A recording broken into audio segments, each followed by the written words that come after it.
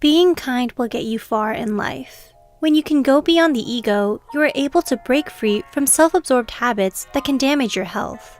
But swing on the other side to extremes, and too much kindness can just be destructive. Family and marriage therapist Darlene Lancer says that people-pleasing habits start from your childhood.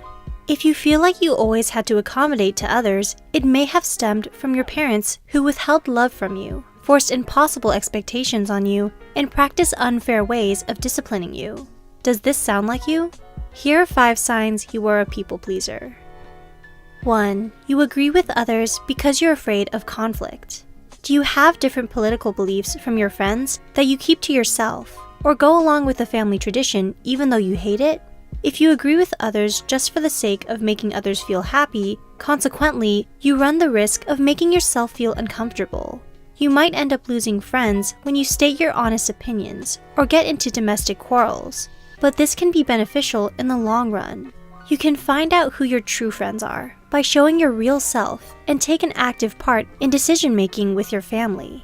Remember, being passive easily results in dissatisfaction when your thoughts aren't being heard, but practicing self-expression helps you feel more self-assured about your values and ideals.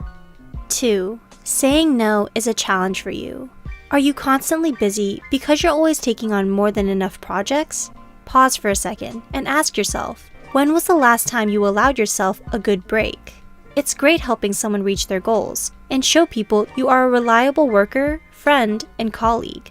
But your dreams, goals, and health matter too. It doesn't make you a bad person if you want to cancel plans over the weekend or make time to get your own work done first. 3. When you help others out, you feel more resentful than fulfilled. Research shows that practicing compassion can give you a sense of purpose and make you feel more connected to your community. But when you do it to a point where it burns you out, you might want to retreat for a bit and reflect on what's not working. Psychotherapist Sharon Martin advises you to pay attention to whether you are doing things out of true desire or because you feel obligated. 4. You're incredibly hard on yourself. When parents are overbearing and have high demands for you, it puts you at a higher risk of being a people pleaser. Does this sound like you? When you make mistakes, you don't cut yourself slack and strive for perfection instead of progress. Psychologists Thomas Curran and Andrew Hill define perfectionism as an irrational desire to achieve, along with being overly critical of oneself and others. When you don't embrace your failures, you will never learn resilience, an essential life skill to have. Focus on your strengths instead and practice mindfulness.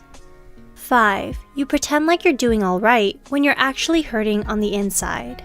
When you experience all the previous points mentioned, overextending yourself to others, being hard on yourself, and agreeing with others just to avoid conflict, it makes it difficult for people to reach you when you aren't vulnerable enough to state your true feelings.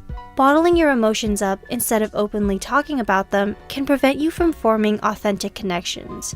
Is it really worth keeping everyone happy when this only sustains artificial relationships? Remember this the next time you want to hide your disappointment. When was the last time you did something without feeling the pressure to please?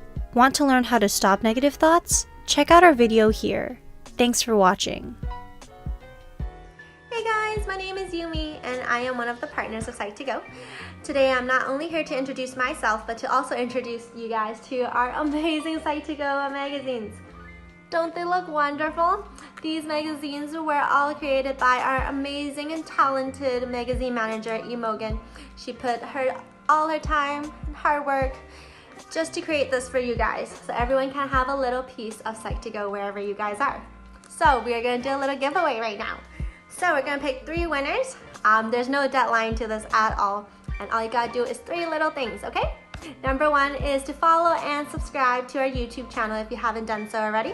Number 2 is either take a picture of, this picture right here, a screenshot, or any picture of Psych2Go and hashtag Psych2Go on your social media, Instagram, Facebook, Tumblr, whatever it is. And number 3, we're gonna have a link down below of a really short questionnaire for us to connect with you and get to know you guys a little bit more, okay?